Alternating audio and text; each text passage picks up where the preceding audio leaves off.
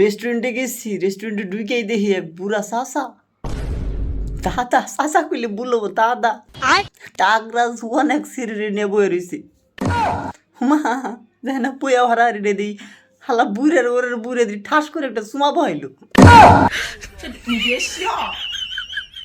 মেলাদিন পরে গেছি যে একটু বার্গার খামু, পিজ্জা খামু। বার্গার আর খামু কি, ওটা দেখে পেট পুড়ে গেছে। সবার বুড়ে রে সরম মরম ভাঙ্গে যায়, কইলাম যে দাদা এটা কেরা চুমা দিলেন।